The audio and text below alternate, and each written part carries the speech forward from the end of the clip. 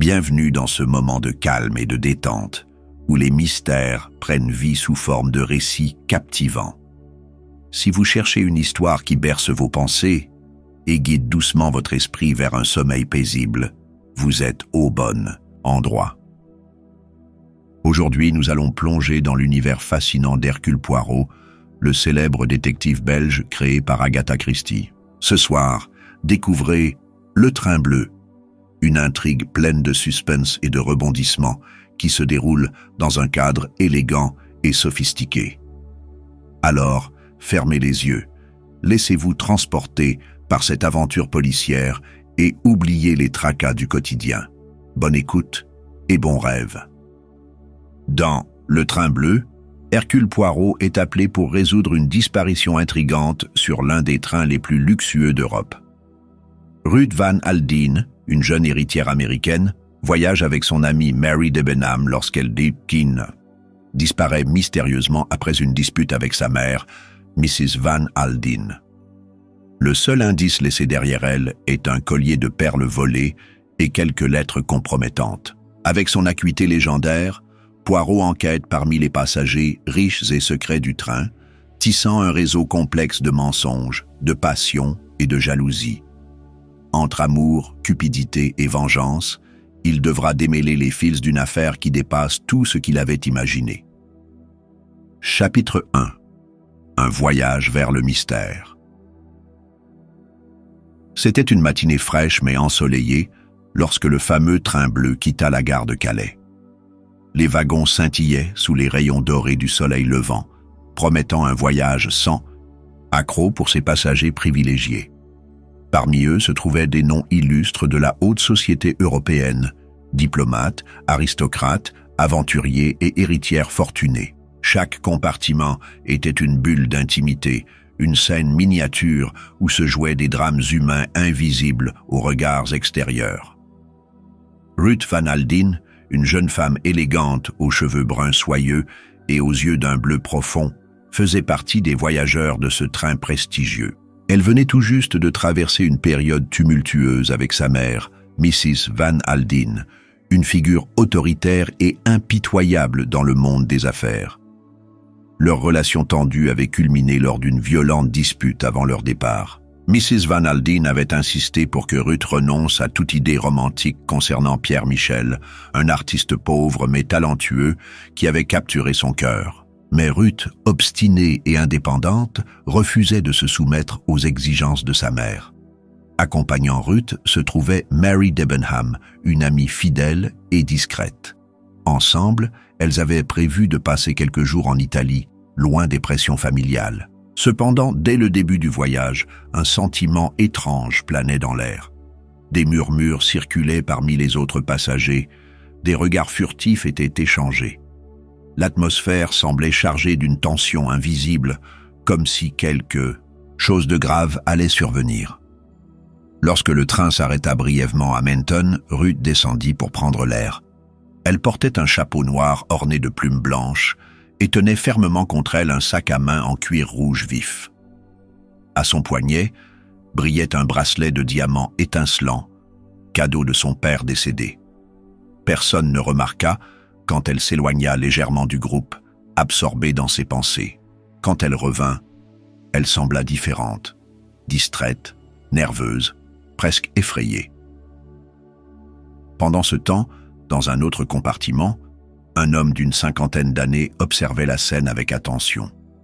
Il avait des favoris gris bien taillés, une fine moustache noire et des yeux perçants derrière des lunettes rondes. Cet homme, c'était Hercule Poirot, consultant privé de renommée internationale. Engagé par Mrs. Van Aldine pour surveiller discrètement sa fille pendant le voyage, il sentait déjà que quelque chose clochait. Son instinct légendaire lui soufflait que ce voyage ne serait pas aussi tranquille qu'il n'y paraissait. La nuit tomba rapidement, enveloppant le train d'une obscurité veloutée. Dans son compartiment, Ruth écrivit fébrilement quelques lignes dans un carnet. Ces mots étaient empreints de désespoir et de résolution. « Je dois partir », écrivit-elle. « Ils ne comprendront jamais. » Elle rangea ensuite le carnet dans son sac à main et s'allongea sur sa couchette, incapable de trouver le sommeil. Tout autour d'elle, les autres passagers dormaient paisiblement, inconscients de l'orage qui grondait silencieusement dans l'esprit de la jeune femme. Mais peu avant l'aube, un cri strident résonna dans le couloir du train. Tous les passagers furent réveillés en sursaut.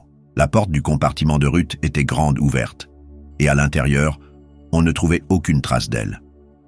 Seul un collier de perles appartenant à Mrs. Van Alden reposait sur le lit, abandonné comme un sinistre présage.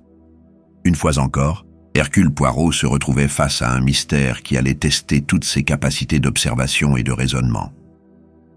Chapitre 2 : Les passagers du train bleu. Après le cri initial, une agitation palpable s'empara du train. Les passagers sortirent précipitamment de leur compartiment, certains encore ensommeillés, d'autres déjà habillés et prêts à affronter la journée. Le chef de train, un homme grand et distingué nommé M. Bouc, tenta de maintenir l'ordre, mais les questions fusaient de toutes parts. Où était Ruth Van Alden? Comment avait-elle pu disparaître ainsi, alors que le train roulait à vive allure? Et pourquoi avait-on laissé derrière elle un collier de valeur? Hercule Poirot, debout au milieu du couloir, regardait attentivement chaque visage. Il savait que chacun de ses passagers avait une histoire à raconter, des secrets enfouis qu'il faudrait exhumer pour résoudre cette énigme. Parmi eux figuraient plusieurs personnages notables: Mrs. Caroline Van Alden, la mère de Ruth, une femme imposante et autoritaire dont la richesse semblait compenser une froideur naturelle. Elle arpentait le couloir, vociférant contre tous ceux qui osaient poser des questions sur sa fille. Mary Debenham, l'amie intime de Ruth, une jeune femme calme et mesurée qui affirmait n'avoir rien vu de suspect durant la nuit. Pourtant, ses mains tremblaient légèrement lorsque Poirot lui demanda de décrire les derniers moments partagés avec Ruth. Colonel Rass, un Britannique robuste et charismatique, ancien officier de l'armée britannique qui voyageait seul et semblait particulièrement intéressé par l'affaire. Il offrit immédiatement son aide à Poirot, arguant qu'il avait une expérience considérable dans les enquêtes criminelles.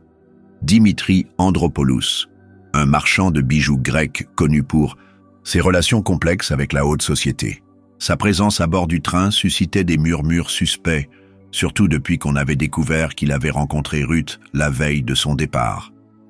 Evelyn Howard, une gouvernante anglaise employée par Mrs. Van Alden. Discrète et efficace, elle semblait connaître beaucoup de choses sur la famille Van Alden, mais restait évasive lorsqu'on l'interrogeait directement. Poirot invita tous les passagers à regagner leur compartiment, promettant de les interroger individuellement dès que possible. Il savait que chaque détail, même le plus infime, pourrait être crucial. En attendant, il décida de retourner dans le compartiment de Ruth pour examiner minutieusement les lieux. À l'intérieur, il découvrit un tableau confus, mais intrigant. Outre le collier de perles abandonné sur le lit, il nota une lettre froissée coincée sous un coussin. Cette lettre, écrite à la hâte, contenait des phrases cryptiques qui semblaient indiquer que Ruth avait prévu de fuir. Mais fuir quoi? Ou qui? Et où était-elle allée? Plus inquiétant encore, Poirot remarqua une tache de sang minuscule sur le tapis près de la fenêtre. Était-ce accidentel ou intentionnel? Tandis que le train continuait sa course vers Nice, Poirot rassemblait mentalement les premiers indices. Chaque pièce du puzzle commençait à se dessiner, mais le tableau restait flou. Une seule certitude émergeait déjà. Ruth Van Alden n'avait pas simplement décidé de disparaître. Quelque chose de plus sombre se cachait derrière. Cette affaire, et Poirot était déterminé à le découvrir. Chapitre 3. Les secrets de Ruth Van Alden. Hercule Poirot, assis dans le compartiment du chef de train M. Bouc, passa en revue les premiers éléments recueillis lors des interrogatoires des passagers. Chaque mot, chaque geste avait été minutieusement analysé. Mais l'énigme demeurait entière. Ruth Van Alden semblait avoir disparu comme par enchantement, et pourtant, des indices éparpillés suggéraient que son départ n'avait rien d'accidentel. Le détective belge se leva lentement et ajusta sa fine moustache avec un soin particulier avant de retourner dans le couloir. Il savait qu'il devait creuser plus profondément dans la vie privée de Ruth pour comprendre ses motivations. C'était là que résidait peut-être la clé du mystère. Mary Debenham fut la première à être convoquée une nouvelle fois. Elle paraissait nerveuse, triturant machinalement un mouchoir entre ses doigts fins. « Monsieur Poirot, » dit-elle d'une voix douce mais ferme, « je dois vous avouer quelque chose. Ruth, elle était différente ces derniers temps. Je crois qu'elle traversait une période très difficile. »« Difficile ? Veuillez préciser, mademoiselle Debenham, » répondit Poirot, penchant légèrement la tête sur le côté. Mary hésita un instant puis continua.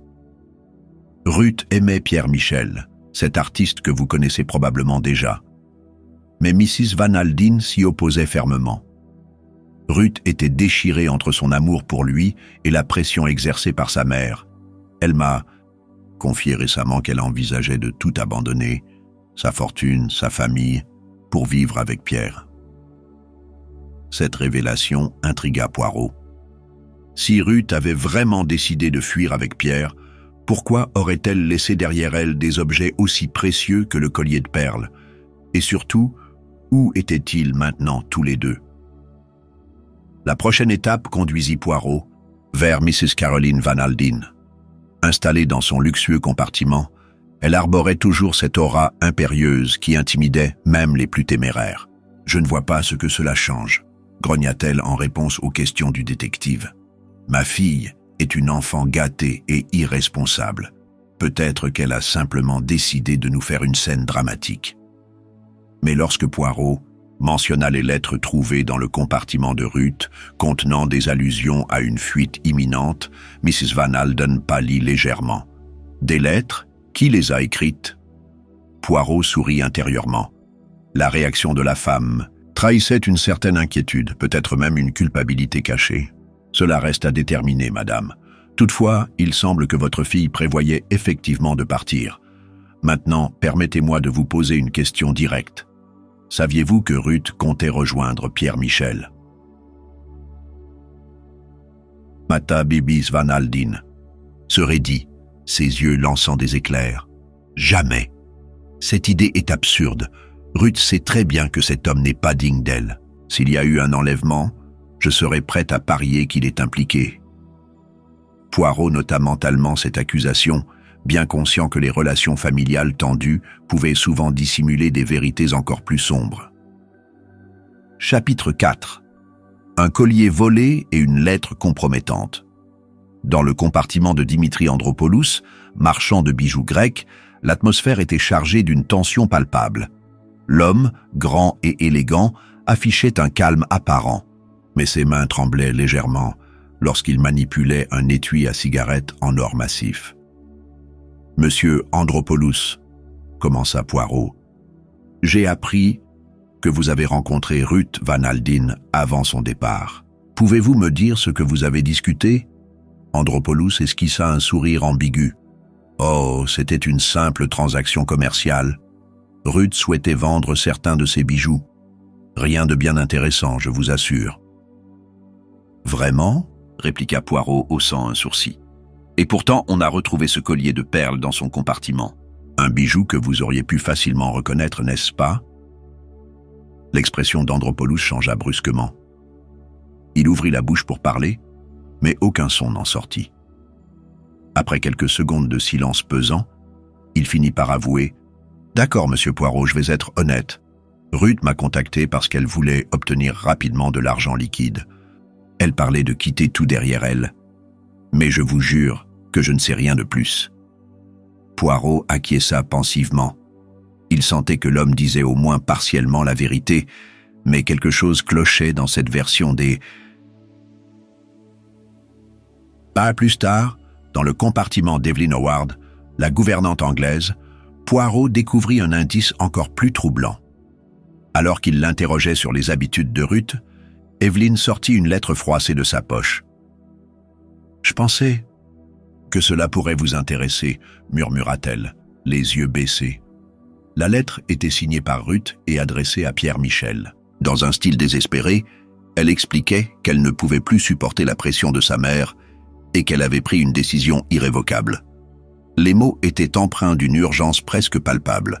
« Je te rejoins dès que possible. Ne t'inquiète pas pour moi. » Mais ce qui attira immédiatement l'attention de Poirot, ce fut une phrase curieuse insérée au milieu du texte. « Si jamais ils essaient de m'arrêter, promets-moi que tu ne reviendras pas pour moi. » Ces mots semblaient indiquer que Ruth craignait non seulement d'être poursuivie, mais aussi potentiellement mise en danger. Poirot remercia Evelyne pour son aide et retourna dans son propre compartiment, plongé dans ses pensées. Le puzzle commençait à prendre forme, mais certaines pièces manquaient encore. Et surtout, il restait une question cruciale sans réponse. Où était Ruth Van Aldine? Chapitre 5. Une course contre la montre. Le lendemain matin, alors que le train bleu approchait de Nice, Hercule Poirot décida qu'il était temps d'agir rapidement. La disparition de Ruth Van Aldine avait jeté une ombre sinistre sur le voyage, et chaque minute écoulée augmentait l'anxiété générale. Les passagers, qui avaient initialement réagi avec curiosité ou incrédulité, étaient désormais plongés dans un mélange de peur et de suspicion.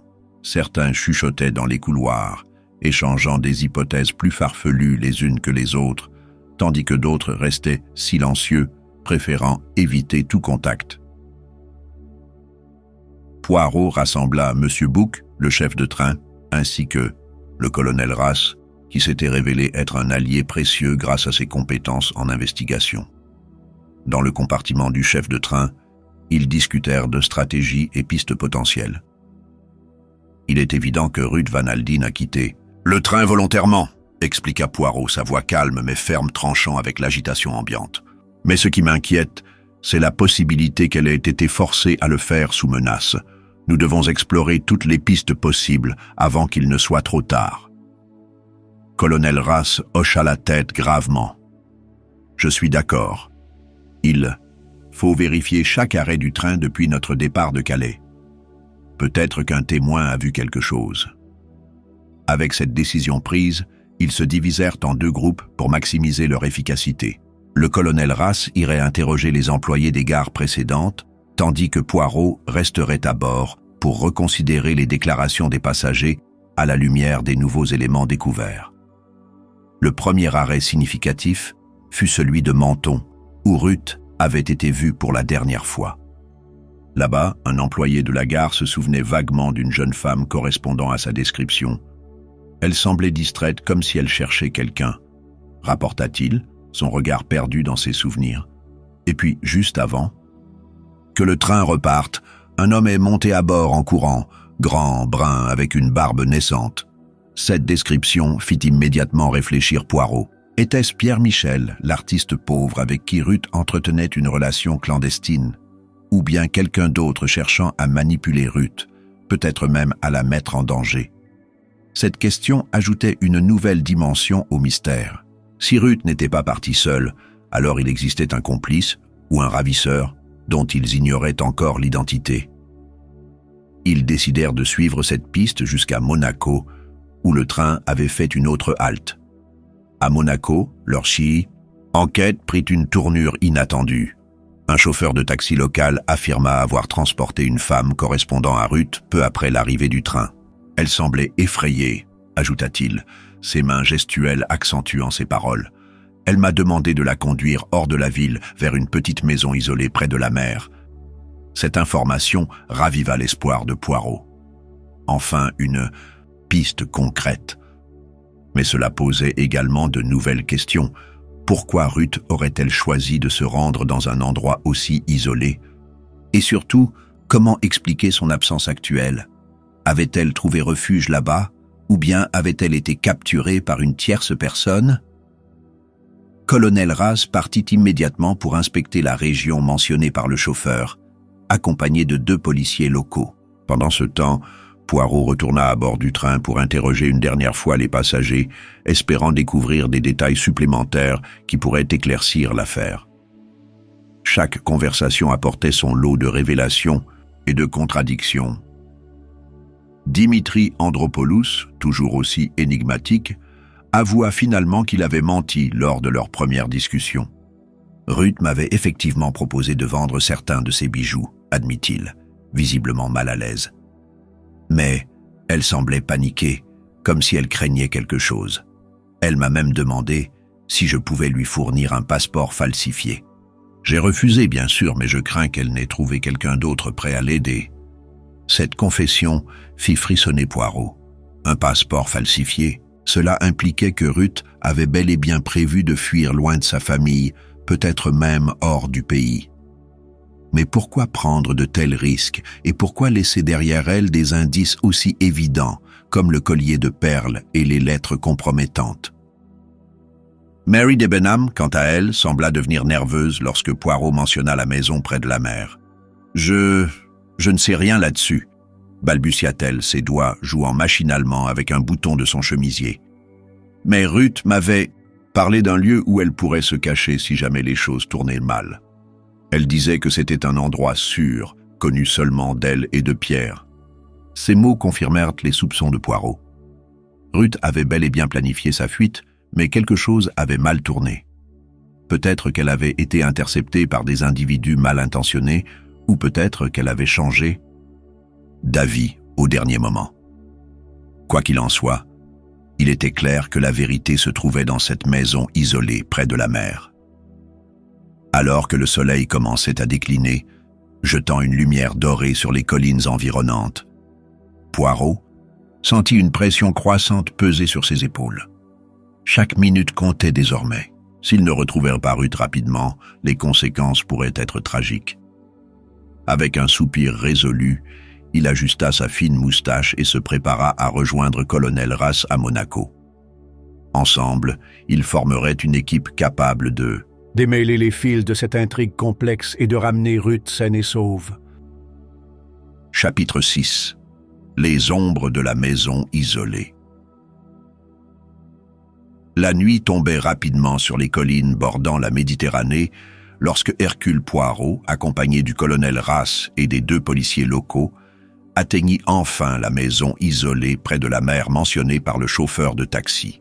Le bâtiment, ancien et délabré, se dressait au sommet d'une falaise escarpée, ses fenêtres ternes reflétant faiblement la lumière des étoiles naissantes.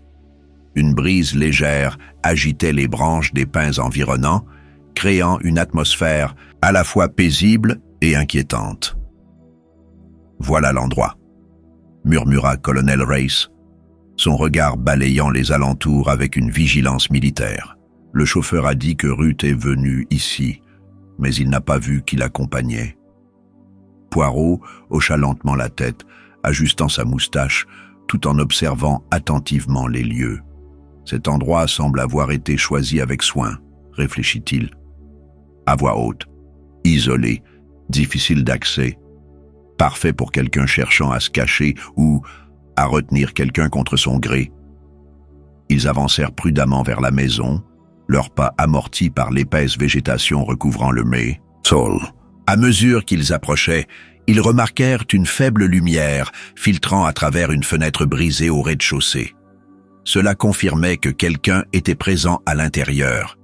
Avec un signe discret, Poirot ordonna aux autres de rester en arrière tandis qu'il pénétrait seul dans la bâtisse. L'intérieur de la maison était sombre et poussiéreux, témoignant d'une longue période d'abandon.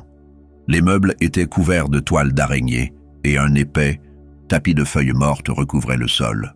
Pourtant, des traces récentes indiquaient que quelqu'un avait utilisé cet espace récemment.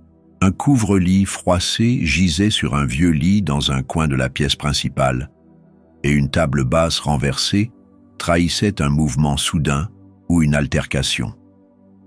Poirot se dirigea vers une porte entr'ouverte menant à une petite chambre adjacente. Là, il découvrit un objet familier posé sur une commode, le sac à main en cuir rouge vif appartenant à Ruth Van Aldine. Son cœur battit plus vite lorsqu'il l'examina de plus près. À l'intérieur, il trouva un carnet contenant des notes écrites précipitamment, ainsi qu'une photographie représentant Ruth et Pierre Michel, souriant sous un ciel bleu azur.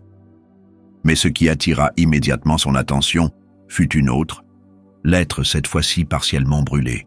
Seules quelques phrases étaient encore lisibles. Je ne peux pas leur faire confiance, ils savent trop de choses. Ces mots semblaient indiquer que Ruth craignait non seulement sa famille, mais aussi d'autres personnes impliquées dans son plan de fuite. Soudain, un bruit sourd retentit derrière lui. Poirot se retourna vivement, juste à temps pour voir une silhouette massive surgir de l'ombre. L'inconnu, vêtu d'un trench coat noir et coiffé d'un chapeau rabattu sur ses yeux, tenait fermement une lampe torche dans une main et un revolver dans l'autre. « Ne bougez pas !» ordonna-t-il d'une voix rauque. La confrontation. Poirot leva les mains en signe de paix, son expression calme contrastant avec la tension palpable dans la pièce. « Mon ami, je ne suis pas votre ennemi, » dit-il doucement. « Je cherche simplement Ruth Van Alden. Savez-vous où elle est ?» L'homme hésita, jetant un coup d'œil nerveux autour de lui. Il semblait indécis, comme si quelque chose le retenait de parler. Après quelques secondes de silence tendu, il abaissa légèrement son arme. « Ruth, elle est partie, » répondit-il finalement, sa voix tremblante. « Elle m'a demandé de l'aider à fuir. Mais des hommes sont venus. Ils l'ont emmenée. » « Ces hommes, pouvez-vous me les décrire ?» insista Poirot, sentant que chaque détail comptait. « Il y en avait deux, » continua l'inconnu. « Grands, costauds, ils portaient des costumes noirs. Ils ont dit qu'ils travaillaient pour Mrs. Van Alden. Quand Ruth a refusé de les suivre, ils ont utilisé la force. J'ai essayé de les arrêter, mais ils étaient trop nombreux. » Poirot fronça les sourcils, ses pensées tourbillonnant. Si Ruth avait vraiment été capturée par des agents envoyés par sa propre mère, cela changeait complètement la nature de l'affaire. Ce n'était plus simplement une fugue romantique, c'était une affaire de kidnapping familial, motivée par des intérêts financiers et sociaux. Retour à la réalité. À cet instant précis, colonel Rass fit irruption dans la pièce, suivi des deux policiers. « Tout va bien, monsieur Poirot ?» demanda-t-il, son regard scrutant l'inconnu avec suspicion. « Cet homme n'est pas notre adversaire, » répondit Poirot. « Il semble avoir aidé Ruth avant qu'elle ne soit emmenée de force. Nous devons maintenant découvrir où ces individus l'ont conduite. » Après une brève discussion, ils décidèrent de diviser leurs efforts. Le colonel Rass resterait sur place pour interroger davantage l'inconnu et fouiller la maison à la recherche d'indices supplémentaires, tandis que Poirot rejoindrait Monaco pour consulter les registres des hôtels et vérifier si Ruth avait tenté de se rendre dans un autre refuge. Avant de partir, Poirot jeta un dernier regard à la photo de Ruth et Pierre Michel. Ses traits habituellement impassibles se teintèrent d'une profonde détermination. Cette affaire touchait à des questions plus vastes que simplement un conflit familial. Elle révélait les dangers cachés derrière les apparences de richesse et de privilèges. Et tant que Ruth resterait introuvable, Poirot ne se permettrait aucun repos. Chapitre 7. Les liens du sang et de l'argent. De retour à Monaco, Hercule Poirot passa la nuit à examiner minutieusement les registres des hôtels locaux, espérant trouver une trace de Ruth ou de ses ravisseurs. Chaque nom, chaque signature, était comparé avec les informations recueillies jusqu'à présent. Mais malgré ses efforts, rien ne semblait correspondre. Ruth Van Alden avait littéralement disparu de la surface de la Terre. Le lendemain matin, Poirot décida de retourner voir Mrs. Caroline Van Alden, convaincu que la clé de l'énigme se trouvait dans son entourage proche. Lorsqu'il pénétra dans son luxueux compartiment, il la trouva assise près de la fenêtre, les yeux fixés sur la mer scintillante. Elle portait une robe noire élégante, symbole de son autorité impérieuse, mais cette fois, quelque chose dans son attitude trahissait une certaine nervosité. « Monsieur Poirot, » dit-elle sans même le regarder, « j'imagine que vous êtes toujours à la recherche de ma fille. Je dois vous dire que je commence à perdre patience. Cette histoire ridicule doit prendre fin. » Madame, je ne crois pas que vous compreniez pleinement la gravité de la situation, répliqua Poirot, son ton ferme mais respectueux. Ruth a été kidnappée par des individus prétendant travailler pour vous. Avez-vous engagé quelqu'un pour la retrouver? Mrs. Van Alden se raidit, ses doigts crispés sur les accoudoirs de son siège. Kidnappée? Ridicule. Ruth est probablement, avec cet artiste sans talent. Tout cela est une farce destinée à me contrarier. Poirot secoua doucement la tête. Non, madame. Les preuves montrent que Ruth a été forcée à quitter cette maison isolée sous menace. Maintenant, je dois savoir, avez-vous donné l'ordre de la ramener de force? Pour la première fois depuis le début de leur conversation, Van Alden baissa les yeux. Sa voix, lorsqu'elle répondit, était presque inaudible. J'ai pris certaines précautions. Ruth est jeune et imprudente. Je voulais simplement la protéger de ses propres erreurs. Cette confession fit froid dans le dos de Poirot. Protéger Ruth, ou plutôt exercer un contrôle absolu sur elle. Il savait que les motivations de Mathas Van Alden étaient la complexe, mêlant amour possessif et ambition sociale. Mais cette attitude risquait de coûter cher à sa fille. Une mère contrôlante. Poirot observa attentivement Miss Van Alden, notant chaque détail de son langage corporel. Ses mains tremblaient légèrement, bien qu'elle tentât de masquer ce signe de faiblesse. Derrière sa façade d'autorité, il y avait une femme profondément attachée à sa fille, mais incapable de reconnaître les limites entre protection et emprise. « Expliquez-moi ces précautions, madame », insista Poirot, penchant légèrement, la tête sur le côté. « Qui avez-vous engagé pour surveiller Ruth? Et pourquoi n'en avez-vous pas informé les autorités compétentes ?» Mrs. Van Alden soupira, visiblement à contre-cœur. « Il s'agit d'une affaire privée, monsieur Poirot. J'ai contacté un détective privé, un professionnel discret, pour veiller sur Ruth. J'étais convaincu qu'elle finirait par revenir à la raison une fois confrontée aux conséquences de ses actions. Et ces hommes en costume noir. Mentionnés par notre témoin? Demanda Poirot, haussant un sourcil interrogateur. Elle hésita avant de répondre. Ce sont des agents de sécurité engagés par le détective. Ils devaient simplement escorter Ruth jusqu'à un endroit sécurisé où nous aurions pu discuter calmement. Je ne pensais pas qu'ils utiliseraient la violence. Sa voix se brisa légèrement, trahissant une angoisse sincère. Poirot sentit que derrière cette froideur apparente se cachait une mère déchirée entre ses convictions rigides et son amour pour sa fille. Mais cela ne changeait rien au fait que Ruth était désormais en danger. Un voyage vers les montagnes. Sans perdre une minute, Poirot, accompagné de colonel Rass et des forces locales, se rendit immédiatement à l'hôtel mentionné dans la facture. Le trajet fut long et éprouvant, les routes sinueuses serpentant à travers les sommets enneigés, ajoutant à la tension générale. Lorsqu'ils arrivèrent enfin devant l'hôtel, une bâtisse massive aux vitres ternes, encerclée par des sapins majestueux, une sensation d'oppression s'empara de tous. Ils entrèrent discrètement, évitant d'alerter les éventuels gardes postés à l'intérieur.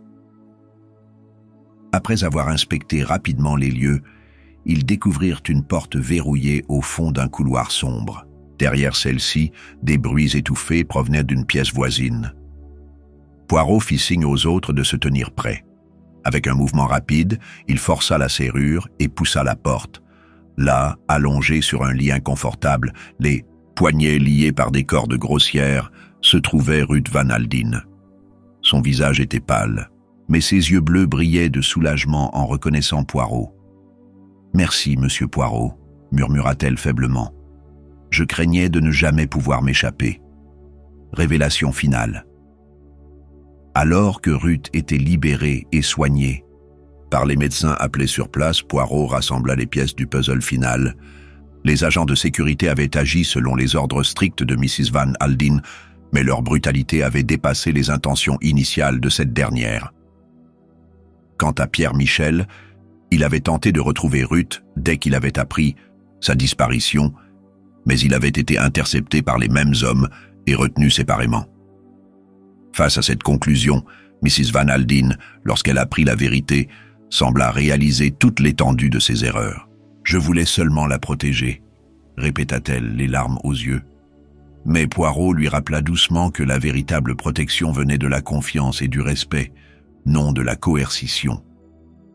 Ainsi, l'affaire du train bleu se termina, non pas seulement par la résolution d'un mystère, mais aussi par une leçon précieuse sur les dangers des relations familiales toxiques et des secrets bien gardés. Le lendemain matin, alors que le train bleu reprenait sa course vers Calais, Hercule Poirot s'assit dans un compartiment tranquille, savourant une tasse de thé fumant. L'affaire était close. Ruth Van Alden avait été retrouvée saine et sauve, et les tensions familiales commençaient à se dissiper. Pourtant, Poirot restait pensif, son regard perdu par la fenêtre, tandis que le paysage défilait lentement. Il réfléchissait aux nombreux mystères qu'il avait résolus au fil des années, mais aussi à ceux qui restaient encore cachés derrière, les apparences. Chaque enquête lui apprenait quelque chose de nouveau sur la nature humaine, ses contradictions, ses passions et ses failles. Et bien que Ruth soit désormais en sécurité, il espérait que cette expérience marquerait un tournant dans sa relation avec sa mère, permettant à toutes deux de reconstruire leurs liens brisés. Avant de quitter le train, Poirot échangea quelques mots avec Colonel Race qui partageait sa satisfaction quant à l'issue favorable de l'affaire. « Encore une fois, votre perspicacité a fait toute la différence, mon cher Poirot, » dit le colonel en serrant chaleureusement la main du détective. « Mais je crains que d'autres énigmes ne nous attendent déjà. » Poirot sourit, ajustant une dernière fois sa fine moustache. « Ah oui, mon ami, le monde regorge de mystères, et c'est peut-être cela qui rend notre travail si captivant. Chers amis, voilà donc comment s'achève notre voyage à bord du train bleu. J'espère que cette histoire vous a transporté loin des soucis du quotidien, vous offrant un moment de calme et de rêverie avant de vous endormir.